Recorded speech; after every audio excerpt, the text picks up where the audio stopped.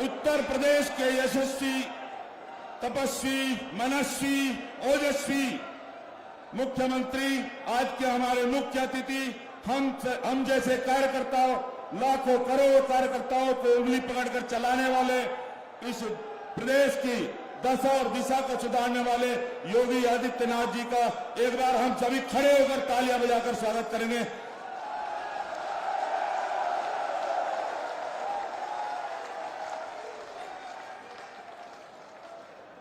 मेरा मंचस्थ नेताओं से आग्रह, अजीत,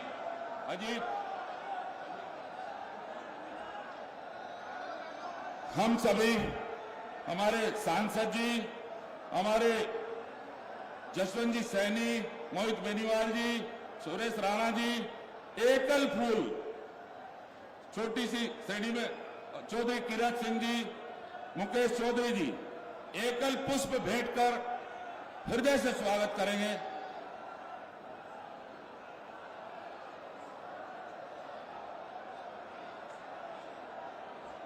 एक बार जयघोष, बोलो भारत माता की, भारत माता की। मैं विनम्र निमंत्रण दे रहा हूं आपके लाडले लोकसभा कैराना के प्रत्याशी आदरणीय प्रदीप जी चौधरी को कि वो आए और अपना निवेदन करें। प्रदीप चौधरी जी, बोलो भारत माता की, भारत माता की। Bharatiya Janata party, Bharatiya Janata party. आज हम सभी के बीच में हमारे उत्तर प्रदेश के यशस्वी मुख्यमंत्री आदरणीय योगी आदित्यनाथ जी हम सभी को संबोधित करने के लिए पहुंचे हैं। अपना बहुत ही बहुमूल्य कीमती समय निकाल करके आप लोगों को संदेश देने के लिए पहुंचे हैं। मैं आप सभी से निवेदन करूंगा, माननीय मुख्यमंत्री जी का एक बार तालियों की गड़गड़ाहट से उनका हृदय से स्वागत सम्मान करने का काम करेंगे। हमारे बीच में उपस्थित माननीय मंत्रीगण, माननीय विधायकगण और हमारे सभी पार्टी के वरिष्ठ साथीगण, क्योंकि समय का अभाव है, समय के अभाव में मैं सारी बातें चंद शब्दों में ही कहना उचित समझूंगा। साथियों, ये लोकसभा का चुनाव आप लोगों के लिए बहुत महत्वपूर्ण है। लोकसभा के चुनाव को लेकर के देश की सबसे बड़ी पंचायत का चुनाव होता है। जब देश की सबसे बड़ी पंचायत का चुनाव हो, हम लोगों का भी कर्तव्य बनता है, दायित्व बनता है, उस निर्वहन को, उस जिम्मेदारी के निर्वहन को आप लोग बखूब रूप से निभाने का काम करेंगे। इन सभी बातों को लेकर के आगे बढ़ने का काम करेंगे, क्योंकि एक वातावरण था जिस समय समाजवादी पार्टी की सरकार यहां पर होती थी, समाजवादी पार्टी की सरकार के दौरान का वातावरण आज हम सब लोगों को भली भांति याद भी है। क्योंकि न महिलाएं बाजार में जा सकती थी, न लड़कियां स्कूल में जा सकती थी, न किसान खेत में जा सकता था, न व्यापारी दुकान पर बैठ सकता था, न व्यापार को आगे बढ़ाने का काम कर सकता था। और व्यापारियों के साथ किस प्रकार का वातावरण यहां देखने को मिला, यह किसी से छुपी हुई बात नहीं है। साथियों, जब से आप लोग उत्तर प्रदेश के अंदर आदरणीय योगी जी की सरकार बनी, उत्तर प्रदेश के अंदर सरकार बनने के बाद और किस प्रकार का वातावरण आज यहां से खुशहाली का देखने को मिला, किस प्रकार का वातावरण आज यहां से आगे बढ़ने को लेकर के मिला, किस प्रकार से यहाँ पर अच्छी अच्छी सड़कें बनने का काम हुआ, किस प्रकार से यहाँ बिजली की व्यवस्था को ठीक करने का काम किया गया, किस प्रकार से अंतिम पायदान पर बैठने वाले व्यक्ति को योजनाओं का लाभ देने का काम किया गया। साथियों, देश की सरकार को 10 साल पूरे हो गए और 10 साल से आप लोगों की सरकार चल रही है। आदरणीय मोदी जी ने देश के भले के लिए, देश की उन्नति के लिए और देश को ऊंचाइयों तक पहुंचाने में कोई भी कोर कसर बाकी नहीं छोड़ी। साथियों, आप लोगों से निवेदन करना चाहूंगा, बातें बहुत सारी हैं, बहुत सारा विस्तार से भारतीय जनता पार्टी का एजेंडा आप लोगों के सम्मुख है, भारतीय जनता पार्टी की उपलब्धियां आप लोगों के सम्मुख है। केवल और केवल इतना ही जानना चाहूंगा, जो दल आज आप लोगों के सामने चुनाव लड़ने का काम कर रहे हैं, उस दल के लोगों से केवल एक ही बात पूछ लेना कि जिस समय आप लोगों के दल की सरकार होती थी, अपने दल की सरकार के दौरान की एक उपलब्धि बता दें। एक भी उस दल की उपलब्धि नहीं मिलेगी। उस दल के दौरान की उपलब्धि या गुंडे पालना, गुंडों के माध्यम से थाने तहसीलों को चलाना और व्यापारियों से रंगदारी वसूल करना, व्यापारियों को परेशान करना, महिलाओं को तंग करना, नौजवानों को परेशान करना, किसानों के साथ बड़ी बड़ी घटनाएं होती रही है। साथियों, आज हम सब लोगों को अच्छे वातावरण में काम करने का अवसर मिला। इस वातावरण को लेकर के आगे बढ़ने का काम करना। बड़ा लक्ष्य आप लोगों के सामने है। जब बड़ा लक्ष्य सामने होता है तो छोटी छोटी बातों को ग्रहण करना हमारे लिए जरूरी हो जाता है। इसलिए सम्मानित साथियों, आप लोगों से मैं निवेदन करना चाहूंगा, क्योंकि इस 5 साल के दौरान, इन 5 सालों में मेरे द्वारा जो भी मैंने अच्छा मैं कर सकता था, वो मैं परिणाम आप लोगों के लिए देने का काम किया। कोशिश मैंने हमेशा आप लोगों के सम्मान को लेकर के आगे करने का काम किया जाता रहा। क्षेत्र के अंदर विकास कराना वो हमारी हमेशा प्राथमिकता में रही है। आगे भी इसी प्रकार से करने का काम किया जाता रहेगा। आप सबका आशीर्वाद, आप सबको मान सम्मान ये बनाए रखने के लिए हमारे लिए जरूरी है कि फिर से देश में मोदी जी की सरकार बने।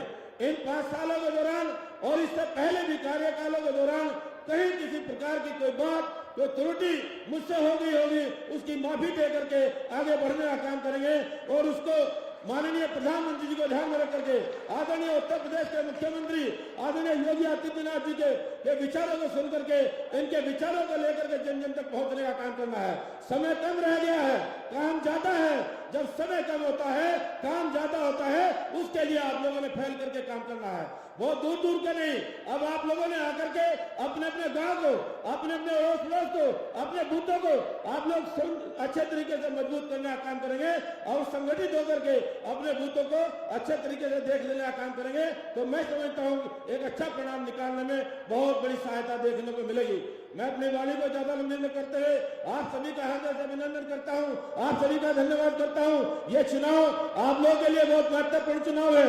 बहुत सारी बातें इधर उधर की बातें करने वाले लोगों से सावधान रहने का काम करना है और उत्तर प्रदेश के माननीय मुख्यमंत्री जी को मजबूत करने का काम करना है और देश में माननीय प्रधानमंत्री जी को मजबूती देने का काम करना है। और भारतीय जनता पार्टी एनडीए गठबंधन के हम लोग प्रत्याशी हैं। पिछली बार तो 3 प्रमुख दल आप लोगों के सामने चुनाव लड़ने का काम कर रहे थे, समाजवादी, बहुजन और आप लोग के राष्ट्रीय लोकदल। 3 प्रमुख दलों के सामने चुनाव लड़ने के बावजूद भी आप लोगों ने भारतीय जनता पार्टी का परचम लहराने में इस कारण लोकसभा पर कमी नहीं छोड़ी। इसलिए कहना चाहूंगा, अब की बात तो 2 ही दल है, बीएसपी अलग लड़ रही है, आरएनडी आपके साथ आ गई है। आरएनडी के आपके साथ आने के बाद बहुत अच्छा माहौल बना हुआ है, बहुत अच्छी लोगों में ऊर्जा देखने को मिल रही है। फसल आपकी बहुत अच्छी है, वातावरण आप लोगों का बहुत अच्छा है, लेकिन फसल जब अच्छी होती है उसमें किसी भी प्रकार की उसको समेटने में, उसको व्यवस्थित करने में किसी भी प्रकार की लापरवाही नहीं होनी चाहिए। आप लोगों से मैं निवेदन करूंगा, आप लोग लगिएगा, मेहनत करना काम करिएगा। 5-4 दिन का काम शेष आप लोगों के पास है, इसमें किसी भी प्रकार की लापरवाही न हो और अच्छा परिणाम निकालने के लिए एकजुट होकर के काम करने की आवश्यकता है। मैं अपनी वाणी को विराम देते एक बार फिर आप लोगों से आह्वान करूंगा, कोई भी बच्चा न बचे, कोई भी बड़ा न बचे, क्योंकि आप लोगों के सम्मान की बात है और समाजवादी पार्टी के कार्यकाल को याद रखने की बात है। इन्हीं शब्दों के साथ जय हिंद, जय भारत, बोलो भारत माता की, भारत माता की। धन्यवाद साथियों।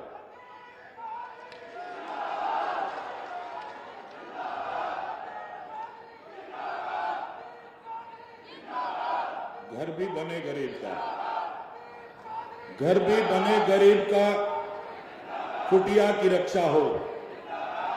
घर भी बने गरीब का, कुटिया की रक्षा हो। खेत पर सोते किसान की खटिया की रक्षा हो। मंदिर, तिलक, कमंडल और चुटिया की रक्षा हो। ऐसा बटन दबाना कि बिटिया की रक्षा हो। और जिन्होंने बिटिया को सम्मान दिया, बिटिया को मान दिया, बिटिया को ताकत दी, ऐसे योगी जी, माननीय योगी जी, राष्ट्र चेतना के प्रहरी आप का चंदन सरल सहज सुहर्द करें हम। आज आपका अभिनंदन, आज आपका अभिनंदन। मेरा विनम्र निमंत्रण हमारे उत्तर प्रदेश के यशस्वी, मनस्वी, तपस्वी, ओजस्वी मुख्यमंत्री और जिनकी एक आवाज पर ये प्रत्येक कार्यकर्ता मरने को, मिटने को, मारने को, मिटाने को तैयार रहता है, ऐसे योगी आदित्यनाथ जी के चरणों में निवेदन करता हूं कि वो हम सबका मार्गदर्शन करें। आदरणीय योगी आदित्यनाथ जी।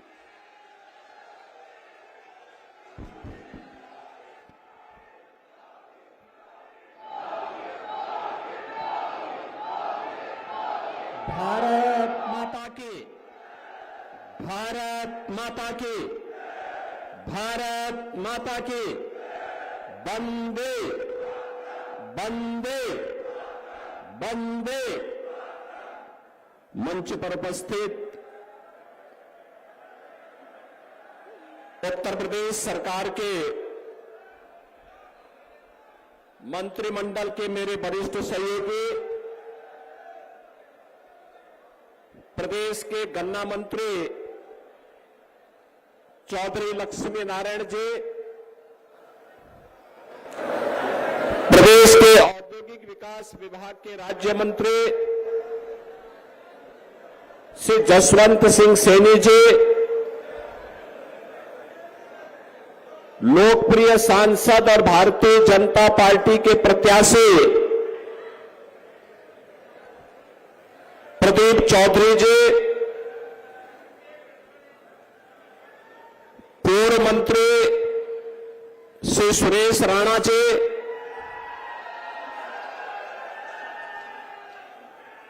यहां के लोकप्रिय विधायक चौधरी कीरत सिंह जी, विधायक नकुड़ श्री मुकेश चौधरी जी, भारतीय जनता पार्टी के प्रदेश के उपाध्यक्ष श्री मोहित बेनीवाल जी, जिलाध्यक्ष महेंद्र सैनी जी, जिलाध्यक्ष शामली श्री तजेंद्र निर्वाल जी,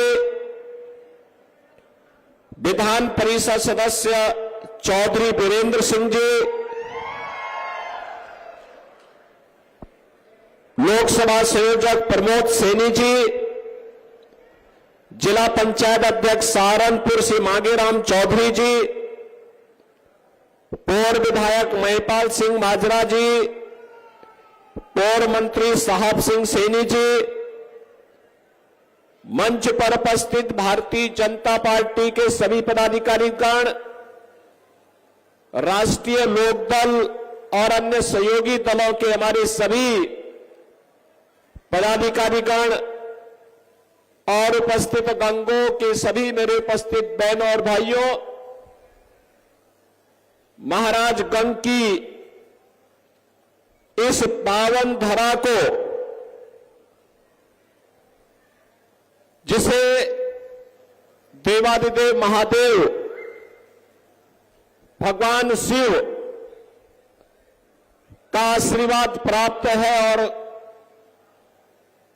यमुना मैया भी जिस पर अपनी कृपा बरसाती है, ऐसी धरा को मैं कोटि कोटि नमन करते हुए इस चैत्र नवरात्र के अवसर पर आप सबका मैं हृदय से अभिनंदन करता हूं। बहनों और भाइयों,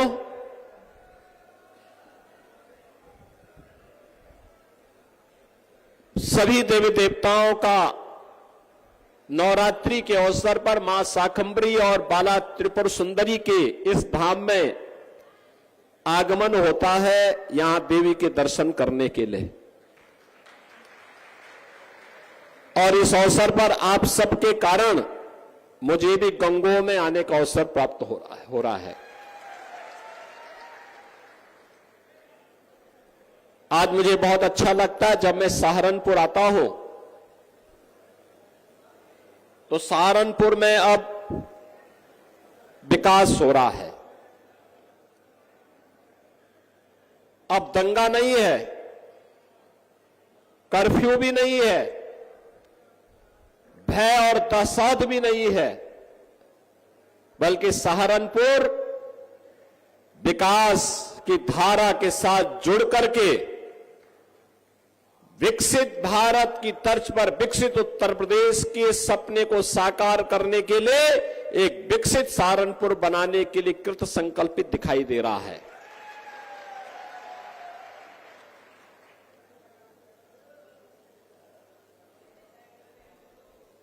दिल्ली शामली सहारनपुर का जो हाईवे है या दिल्ली से देहरादून के बीच ग्रीनफील्ड एक्सप्रेस हाईवे का जो निर्माण हो रहा है, वह इस विकास की धुरी बनने जा रही है। बहनों और भाइयों, क्या नहीं था हमारे इस सहारनपुर में? मां गंगा और मां यमुना की कृपा थी, असीम कृपा। दुनिया की सबसे उर्वरा भूमि, यहां का मेहनती किसान, जिन अन्नदाता किसानों और जिन यहां के हस्तशिल्पी और कारीगरों की कारीगरी के सामने दुनिया फेल थी। जिन अन्नदाता किसानों को स्वतंत्र भारत में पहली बार सम्मान देने का काम किया था, इसी माटी के लाल किसानों के मसीहा चौधरी चरण सिंह जी ने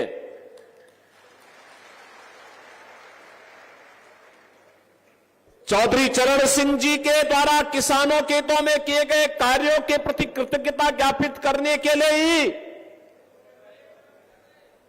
प्रधानमंत्री मोदी जी ने चौधरी साहब को भारत का सर्वोच्च नागरिक सम्मान भारत रत्न दिया है। बहनों और भाइयों, इन मेहनतकश किसानों, श्रमिकों, कारीगरों, हस्तशिल्पियों के सामने दुनिया फेल थी। उन लोगों को उपेक्षित छोड़ दिया गया था। सपा हो, बसपा हो, कांग्रेस हो, इन सरकारों की दंगा पॉलिसी के शिकार हो गए थे। यहां का विकास बाधित हो गया था। अन्नदाता किसान आत्महत्या करने के लिए मजबूर हो गया था। नौजवान पलायन करने के लिए मजबूर हो गया था। बेटियां सुरक्षित नहीं थी, व्यापारी सुरक्षित नहीं था और जातीय खेमों में बांट करके लोगों ने सामाजिक ताने बाने को छिन्न भिन्न करने का काम किया था। और दुष्परिणाम क्या हुआ? कभी देश गुलाम हुआ, कभी हमारे ऐतिहासिक पृष्ठभूमि से जुड़े हुए आस्था के केंद्र तोड़े गए, कभी कावड़ यात्रा पे रोक लगाई गई, कभी सिख विरोधी दंगे होते हैं। कहीं पर किसी भी प्रकार की कोई व्यक्ति अपने आप को यानी सुरक्षित महसूस तो नहीं करता था। और जिस सहारनपुर में असीम संभावना थी, प्रकृति और परमात्मा की सीम कृपा थी कि वह शिक्षा के केंद्र के रूप में काशी की तर्ज पर विकसित हो, उसको मजहबी उन्माद और फतवों का शहर बना करके रख दिया गया। यह है देश के खिलाफ साजिश करने वालों की करतूत। ये लोग किस प्रकार की करतूत करते थे? जिसमें संभावना थी अन्नदाता किसानों को के माध्यम से देश को दुनिया की एक ताकत बनाने की, जिन हस्तशिल्पी और कारीगरों में ताकत थी कि दुनिया का सबसे अच्छा कारीगरी दिखा करके वे भारत का नाम दुनिया के सामने करें, जिन नौजवानों के अंदर एक जज्बा था कि वह जीवन के प्रत्येक क्षेत्र में नेतृत्व दे सकते हैं, जिन व्यापारियों में ये हौसला था कि दुनिया को अपने में समेट सकते हैं, इन सभी को एक एक करके दरकिनार करके मजहबी उन्माद का केंद्र सहारनपुर को बना दिया गया। और बहनों और भाइयों, गंगो भी उससे वंचित नहीं था। मुझे याद है 2016 में जब सिख विरोधी दंगे हुए थे यहां पर, आपने देखा नहीं इससे पहले क्या होता था, किस प्रकार की अराजकता फैलती थी। जब कांवड़ यात्रा में बैन लगता था तब तो कोई जातिवादी संगठन नहीं आता था, सबके मुंह सिल लिए जाते थे, क्योंकि तब की सरकारें जिन गुंड और माफियाओं के ऊपर संरक्षण देती थी, जिन मजहबी ताकतों के सारे पर कार्य करती थी, जिनके सामने घुटना टेक करके उस समय कार्य करती थी, वे लोग कभी भी इस प्रकार की चीजों को स्वीकार नहीं कर सकते थे। और बहनों और भाइयों, परिणाम क्या रहा? परिणाम क्या रहा? जिस बेटी को अपने मां बाप के संरक्षण में अच्छी शिक्षा प्राप्त होनी चाहिए थी, बेटी तो जब शादी योग्य होती है तभी ससुराल जाती है, नहीं तो मां बाप के संरक्षण में अच्छी पढ़ाई करती है। उस बेटी को असमय हॉस्टल में या दूर रिश्तेदार के घर में डर के मारे मां बाप की भेज देते थे। बहनों और भाइयों, यह स्थिति लगातार पैदा करने का प्रयास हुआ। व्यापारी भी असुरक्षित था, व्यापार नहीं कर पाता था, प्लान करता था, किसान को उसकी उपज का दाम नहीं मिलता था,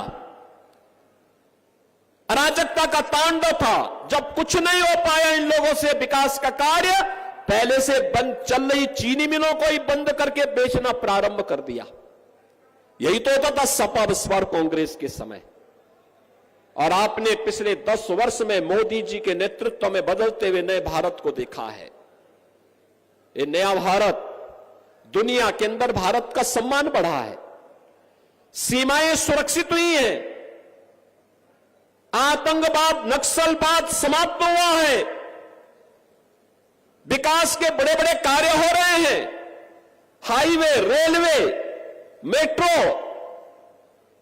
यूनिवर्सिटी, मेडिकल कॉलेज, इंजीनियरिंग संस्थान, ये सभी कार्य हो रहे हैं। और गरीब कल्याणकारी योजनाओं की तो कोई सानी ही नहीं। क्या मोदी जी ने योजनाओं का लाभ देते समय किसी की जाति देखी थी क्या? 80 करोड़ लोगों को पिछले 4 वर्ष में फ्री राशन मिल रहा है। 80 करोड़ लोगों की देश के अंदर भूख का कलंक सदैव के लिए समाप्त हो जाए। जो भूख कांग्रेस ने दी थी देश को, जिस देश के गरीबों को भूखों मरने के लिए कांग्रेस के नेतृत्व ने छोड़ दिया था, कांग्रेस, सपा, बसपा ये सब एक ही थैले के चट्टे बट्टे हैं, कोई अलग नहीं है। ये वोटों के सौदागर हैं, चुनाव के समय दिखेंगे, बाकी संकट के समय सब गायब हो जाएंगे, गायब हो जाएंगे, किसी का अता पता नहीं होता है। और बहनों और भाइयों, यही कहने के लिए आए हैं हम लोग कि इस देश को भूखों मरने के लिए छोड़ दिया था कांग्रेस ने, सपा ने, बसपा ने। देश को 80 करोड़ लोगों को फ्री में राशन मोदी जी के नेतृत्व में मिल रहा है, अगले 5 वर्ष तक निरंतर मिलेगा।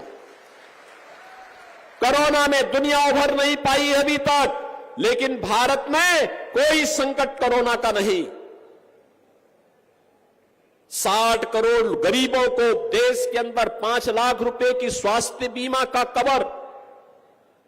कोई गरीब इससे पहले बीमार होता था, लगता था परिवार अब तबाह हो जाएगा, लेकिन बहनों और भाइयों, आज आपके पास एक गारंटी है। अगर कोई दुर्भाग्य से बीमार हुआ तो कह सकता है 5 लाख रुपए की स्वास्थ्य बीमा का कवर मेरे पास है, मैं उपचार कराऊंगा। और अगर उसके पास वह भी नहीं बन पाया है तो मेरे पास तो कोई भी विधायक, ये कीरत सिंह हो या मुकेश चौधरी हो या स्वयं प्रदीप चौधरी हो, ये कोई भी अगर मुझे पत्र लिख देता है या कोई पीड़ित भी पत्र लिख देता है, मैं बीमार हूं, मेरा आयुष्मान कार्ड नहीं बन पाया, मुझे पैसे की आवश्यकता है, मैं लखनऊ से तुरंत पैसा भेजता हूं उसके खाते में। क्योंकि ये जाति के नाम पर देखने वालों के लिए, वोट बैंक के सौदागरों के लिए वो उसकी जाति हो सकती होगी, लेकिन बहनों और भाइयों, मेरे लिए वो प्रदेश का मतदाता है, प्रदेश का नागरिक है। उसके हितों का संरक्षण करना मेरा दायित्व है और उसको हर प्रकार की सुरक्षा देना, उसकी समृद्धि के लिए कार्य करना मेरा दायित्व है। और हम बिना किसी संकोच के उसको पैसा पहुंचाते हैं। हमने कभी प्रोपेगेंडा नहीं किया, कभी नहीं किया। ये जितने हमारे जनप्रतिनिधि हैं, जो भी मुझे लिखता है, हम उसको तत्काल पैसा भेजते हैं, क्योंकि हमारा नागरिक है, उसको अधिकार है, स्वस्थ जीवन जीने का उसका अधिकार है। और मोदी जी ने आयुष्मान भारत के अंदर देश के 60 करोड़ लोगों को अधिकार दिया। बहनों और भाइयों, भ्रष्टाचार कांग्रेस, सपा, बसपा की रग रग में भरा पड़ा है और मोदी जी ने भ्रष्टाचार मुक्त व्यवस्था देने के लिए जनधन अकाउंट की हर गरीब का खाता खोल दिया। यही परेशानी है इन लोगों को कि मोदी जी ने क्यों खोल दिया, क्योंकि अब तो गरीब का पैसा सीधे उसके अकाउंट में जा रहा है। इनको परेशानी है। 12 करोड़ अन्नदाता किसान को प्रधानमंत्री किसान सम्मान निधि का लाभ मिल गया। अनुमान करिए 12 करोड़ किसान 6,000 रुपए सालाना प्राप्त कर रहा है। बहनों और भाइयों, 12 करोड़ गरीबों के घर में शौचालय बन गए। 10 करोड़ गरीबों को उज्ज्वला योजना का फ्री में सिलेंडर मिल गया। और हमने कहा मोदी जी फ्री में कनेक्शन दे रहे हैं तो दाल बिना तड़के का ठीक नहीं, उसको हमने कहा कि दीपावली और होली में फ्री में सिलेंडर भी देंगे। हम दे रहे हैं। और तो और मोदी जी ने प्रधानमंत्री कृषि सिंचाई योजना बनाई। हमने कहा निजी नलकूप धारक किसानों को फ्री में हम बिजली उपलब्ध करवाएंगे। और बहनों और भाइयों, वह भी हमने करके दिखाया। 1500 करोड़ रुपए पिछले वर्ष मैंने दिया था और 2700 करोड़ रुपए इस बार के बजट में भी हमने दिया है। पीएम विश्वकर्मा योजना हो या 1 डिस्ट्रिक्ट 1 प्रोडक्ट की योजना, हर एक में व्यवस्था दी। बेटी के जन्म लेने से लेकर के बेटी के शादी ब्याह तक की योजना हमने दी है। बेटी जन्म लेगी, मुख्यमंत्री कन्या सुमंगला योजना, स्नातक तक की पढ़ाई की सुविधा दे रही है। और बेटी शादी ब्याह के योग्य होगी, 51,000 रुपए की राशि उस बेटी की शादी के लिए मुख्यमंत्री सामूहिक विवाह योजना के अंतर्गत उस बेटी के लिए यह भी हम लोग उपलब्ध करवा रहे हैं। नौजवान के लिए पीएम स्टैंड अप की योजना है, स्टार्टअप की योजना है, पीएम मुद्रा की योजना है। सरकारी नौकरियों में कोई भेदभाव नहीं, अब सरकारी नौकरियां निकलती हैं। हमारे सहारनपुर के नौजवान भी भारी संख्या में उसमें भर्ती होते हैं। पुलिस की भर्ती हो या शिक्षकों की भर्ती हो या कोई भी सरकारी भर्ती हो। नहीं तो पहले 2-3 जिलों के लोग ही भर दिए जाते थे, बाकी लोगों को ठेंगा दिखा दिया जाता था। हमने कहा नहीं चलेगा, 75 के 75 जनपदों की भर्ती होगी। और अगर कोई नौजवानों के भविष्य के साथ खिलवाड़ करेगा, उसके बाप दादों की भी प्रॉपर्टी को जब्त करके गरीबों में बंटवाने का काम करेंगे। पहले माफिया सिर चढ़ करके बोलते थे। कैसे माफिया सिर चढ़ करके बोलते थे? छोटी छोटी बात को ले दंगा होता था। आज देख रहे होगे दंगा करने वाले भूल ही गए, दंगा भी कभी होता था। उल्टा लटका दिया जाता है उनको। दंगा करते हैं तो तुरंत पकड़ करके उल्टा लटका कर नीचे मिर्च का झोंका लगा दिया जाता है कि हमेशा के लिए भूल जाए। और अगर किसी निर्दोष व्यापारी और बेटी के साथ कोई दुर्व्यवहार करता है तो बहनों और भाइयों, उस समय उसकी क्या दुर्गति की जाती है, यह भी आपने देखा होगा। प्रयागराज का माफिया जबरदस्ती एक पिछड़ी जाति के व्यक्ति की निर्मम हत्या करने के आरोप में किस तरीके का व्यवहार करता था, और बहनों और भाइयों उसकी प्रॉपर्टी को जब्त करके हमने गरीबों के लिए मकान बना दिए। वहां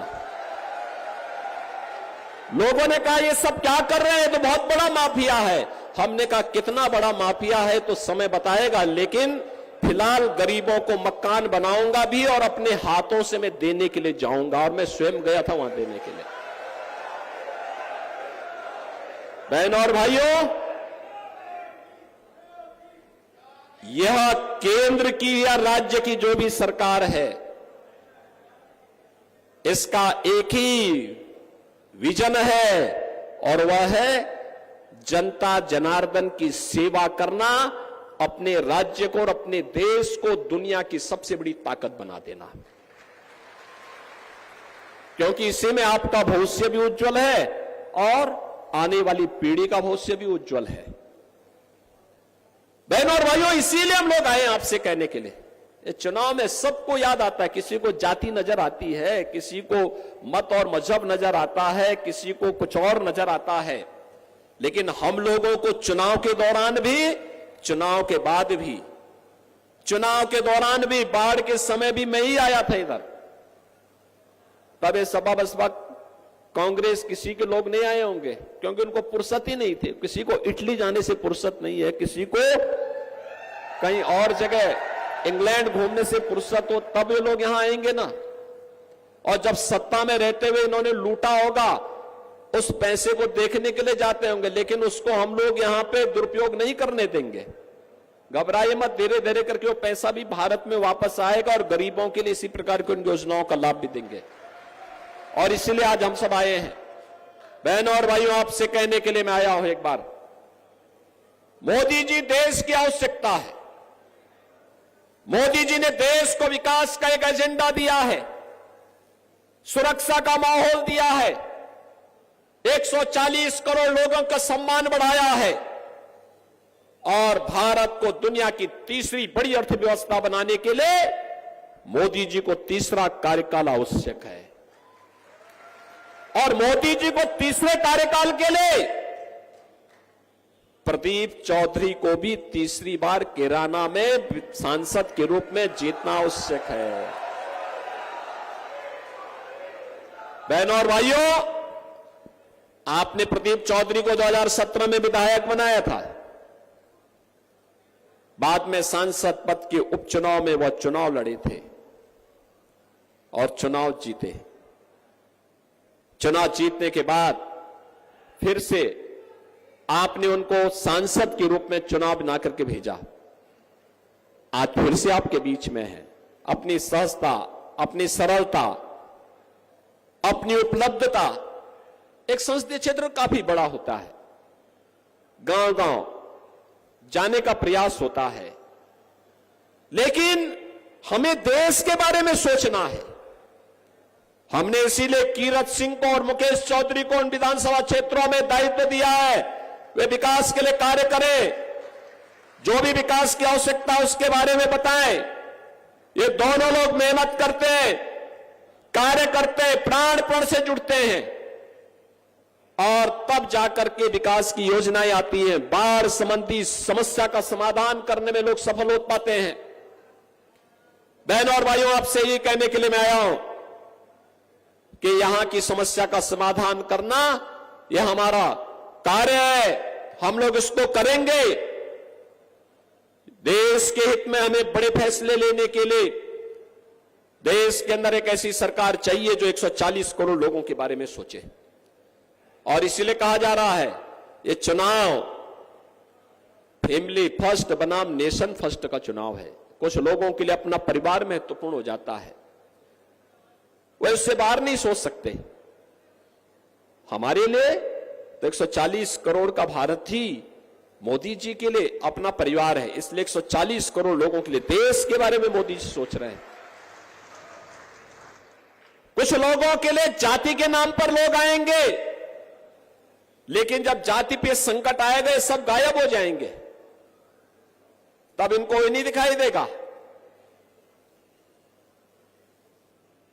ये दंगा पॉलिसी वाले लोग ही जातिवाद भड़का रहे हैं। ये दंगा करवाने वाले और कर्फ्यू लगाने वाले लोग आज जातीयता का विस्मरण करने का प्रयास कर रहे हैं। याद रखना, मैंने पहले भी कहा, हमारी सरकार ने दंगा मुक्त वातावरण दिया है, कर्फ्यू मुक्त उत्तर प्रदेश दिया है, और दंगा और कर्फ्यू लगाने वालों की गर्मी को शांत करके आपको एक शांत वातावरण दिया है, बहुत शुद्ध वातावरण दिया है। उनको फिर से पनपने का अवसर मत दीजिए। ये जातिवाद की राजनीति, ये जातिवाद की राजनीति भाइयों बहनों, दंगा और कर्फ्यू को आमंत्रण करने की शुरुआत है। बेटी और व्यापारी की सुरक्षा के लिए खतरे की घंटी है, विकास का बैरियर है। यहां के विकास को बाधित करने की साजिश का हिस्सा है। हम इससे ऊपर उठ करके कार्य करें। हमें सहारनपुर के अंदर, गंगोह के अंदर, नकुड़ के अंदर किसी भी प्रकार के दंगाइयों को, किसी भी प्रकार के भ्रष्टाचारियों को, किसी भी प्रकार के उन अराजक तत्वों को जिनके कारण यहां की बेटी, यहां की माताएं, यहां की बहनें, यहां का व्यापारी, यहां का अन्नदाता किसान, यहां का नौजवान, उसके जीवन के साथ खिलवाड़ होता हो, उसको हम यहां फिर से पनपने नहीं देंगे, चाहे वह कोई भी हो। हमारा एक ही मिशन है, जो मोदी जी का मिशन है वही हमारा मिशन है। जो मोदी जी का विजन है, उसी राष्ट्रवाद के विजन के साथ, मिशन के साथ हम भी जुट करके नए भारत के निर्माण में हम भी कार्य करेंगे। और बहनों और भाइयों, हमें इस बात को ध्यान में रखना होगा, महाराणा प्रताप ने यही कहा था, महाराणा प्रताप ने यही कहा था। उन्होंने कहा था, मैं किसी भी धर्मी के सामने, किसी विदेशी आक्रांता के सामने मैं सिर नहीं झुका सकता। देश का स्वाभिमान होता है। महाराणा प्रताप ने अपनी लड़ाई देश के स्वाभिमान के लिए लड़ी थी, राष्ट्रीय स्वाभिमान के लिए लड़ी थी। उन्होंने कहा था कि हम किसी भी विधर्मी के सामने सिर नहीं झुका सकते। वह लड़ाई सत्ता की नहीं थी, राष्ट्रीय सम्मान की थी, राष्ट्रीय स्वाभिमान की थी। और आज की लड़ाई भी राष्ट्रीय सम्मान और राष्ट्रीय स्वाभिमान की लड़ाई है। और इसलिए बहनों भाइयों, एक तरफ भारत के सम्मान और स्वाभिमान की लड़ाई लड़ने वाली भारतीय जनता पार्टी है, और दूसरी तरफ भारतीयता को, भारत के सम्मान को ठेस पहुंचाने वाली कांग्रेस और उनके नेतृत्व की इंडी गठबंधन में जुड़े हुए सपा और अन्य दल हैं। इनके करामात आप देख सकते हैं। मुझे एक बात बताओ, मैं पूछना चाहता हूं, अयोध्या में राम मंदिर के निर्माण में खुशी हुई है ना? हुई है, हुई है। आप मुझे बताओ, अयोध्या में राम मंदिर का निर्माण क्या ये कांग्रेस, सपा या बसपा के लोग करा पाते क्या? ये लोग करा पाते क्या? जब ये राम मंदिर का निर्माण नहीं करा सकते, 3 तलाक की प्रथा को समाप्त करके अच्छा काम हुआ है ना? यह भी कुप्रथा कांग्रेस ने ही दी। जब ये लोग 3 यानी नारी गरिमा के प्रतीक और नारी गरिमा के लिए सबसे खतरनाक 3 तलाक की कुप्रथा को रोक नहीं सकते, कश्मीर में धारा 370 को समाप्त करके आतंकवाद को हमेशा से समाप्त करने का काम जो मोदी जी ने किया है, जब ये लोग उसको नहीं समाप्त कर सकते, ये लोग गरीबों का कल्याण नहीं करा सकते, कर्फ्यू को समाप्त नहीं कर सकते, दंगा नहीं रोक सकते, गरीबों को अन्न नहीं दे सकते, किसानों की आत्महत्या नहीं रोक सकते, तो इनको सिर में ढो करके आप क्यों देश के लिए बोझा बनना चाहते हैं? मत ढोइए इनको, बोल दीजिए कि भाई तुम्हें बहुत मौका दिया है, अब जाने दो भाई, बहुत हो गया है। और जो कोई जाति की बात आपके सामने कहता है, कहता तब कहां थे जब राम मंदिर का आंदोलन चल रहा था? तब कहां थे जब कांवड़ यात्रा पे रोक लगाई जा रही थी? तब कहां थे जब मुजफ्फरनगर का दंगा हो रहा था, जब वहां कर्फ्यू लग रहा था, जब निर्दोष लोग जेल के अंदर डाले जा रहे थे? यही सुरेश राणा थे, महीनों जेल में बंद थे, क्योंकि इन्होंने मुजफ्फरनगर के दंगे का विरोध किया था। और बहनों और भाइयों, इन लोगों से प्रश्न पूछ करके इनको कहना चाहिए कि भैया जब उस समय नहीं थे, संकट के समय नहीं थे, तो इस समय तो कम से कम नया संकट पैदा मत करिए, अब मत पैदा करिए। अब आप जाइए, हमें अपना निर्णय लेने दीजिए। देश सही दिशा में जा रहा है, प्रदेश सही दिशा में जा रहा है। हमें अपने प्रदेश के लिए कार्य करना है, अपने देश के लिए कार्य करना है, अपने जनपद के लिए कार्य करना है, अपने गंगों और अपने नकुड़ के लिए कार्य करना है, और इसको लेकर के हमें आगे बढ़ना है। और इसके लिए लक्ष्मी जी आवश्यक है, और लक्ष्मी जी के लिए कमल आवश्यक है। और इस बार तो सोने पे सुहागा है, आरएलडी का नल होगा और बीजेपी का कमल होगा। बहनों और भाइयों, ये नल और कमल मिलकर के फिर से देश के विकास की फसल को लहलहाएगी पूरा। सहमत है ना? सहमत है? तो आप मुझे एक बात के लिए आश्वस्त करेंगे, मुझे इस बात के लिए आश्वस्त करिए कि आप में से हर व्यक्ति प्रदीप चौधरी बनकर के, मोदी जी का प्रतिनिधि बनकर के घर घर जाएगा। सभी लोग सहमत हैं? घर घर जाओगे, एक एक वोट बीजेपी के चुनाव चिन्ह कमल के फूल पर डलवाओगे। सभी लोग सहमत हैं? तो अपनी आवाज को इतनी जोर तक बोलना कि मोदी जी तक, दिल्ली तक आपकी आवाज पहुंचे। दोनों हाथ पकड़ करके बोलेंगे, भारत माता की, भारत माता की, भारत माता की जय श्री राम, जय जय श्री राम।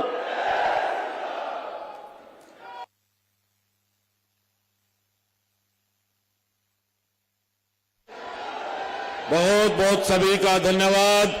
आप सब छोटे से निमंत्रण पर यहाँ आए, माननीय योगी जी को सुना, आप सबका बहुत बहुत आभार।